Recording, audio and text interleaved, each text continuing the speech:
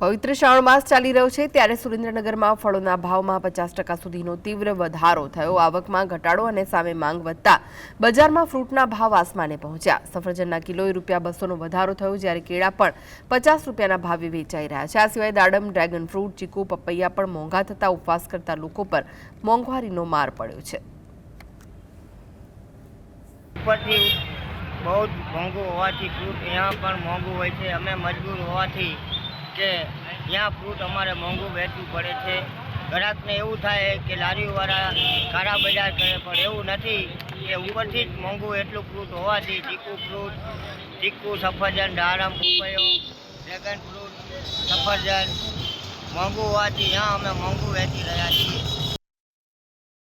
અને ફ્રૂટના ભાવ અત્યારે બહુ વધી ગયા। શ્રાવણ મહિનો છે, બહુ ભાવ વધી ગયા। સફરજનમાં છે, આલુચામાં છે, કેળામાં છે, ભાવ થોડીક મોંઘવારી નડે છે। આ શ્રાવણ મહિનો કેમ કાઢવો અમારે? બહુ મોંઘવારી નડે છે અમને। કેટલા ભાવ હોય ત્યાં? આલુચાના ભાવ લગભગ 200ના કિલો થઈ ગયા છે, કેળા 50ના કિલો થઈ ગયા છે, સફરજન 300 રૂપિયાના કિલો થઈ ગયા છે। તો અમારે ખાવું શું? આ વરસ રહેતા હોય અમે શ્રાવણ મહિનાના, તો અમારે શું કરવું? અમને બહુ મોંઘવારી નડે।